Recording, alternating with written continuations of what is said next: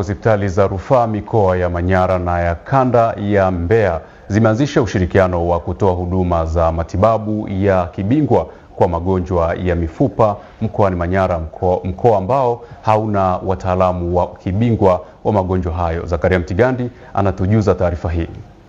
Ushirikiano huu umeanza Februari mwaka huu, ambapo wagonjwa mbalimbali wa mifupa wametibiwa, na awamu ya pili imeanza tarehe 16 hadi 20 mwezi huu wa Juni.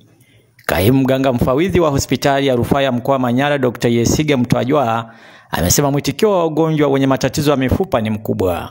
Kwa kitu tumeweza kuhudumia wagonjwa zaidi ya 200 mpaka asubuhi hii, na bado wanaendelea kuhudumiwa, kwa itakuwa ni zaidi ya hapo.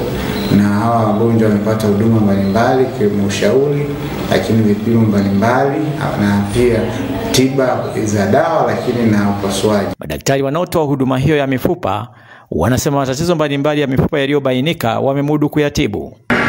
Tumeweza kuona magonjwa mengi ikiwemo shida za migongo sana kwa watu wazima, lakini pia kwa kiwango kikubwa tofauti na kawaida.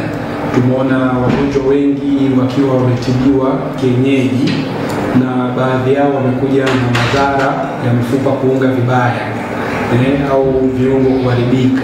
Na wagonjwa waliotibiwa wameridhishwa na huduma hizo za kibingwa. Toka nimefika hapa na mgonjwa wangu ambaye ni mdogo wangu Stefano hapa, nimeridhika, nimepata huduma nzuri.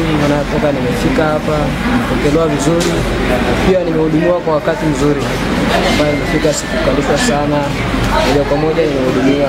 Pia nimefurahia sana huduma zao nzuri. Waendelee kuwepo madaktari bingwa, maana natusaidia sana kwa waliopata matatizo, wanapata huduma kwa urahisi sana.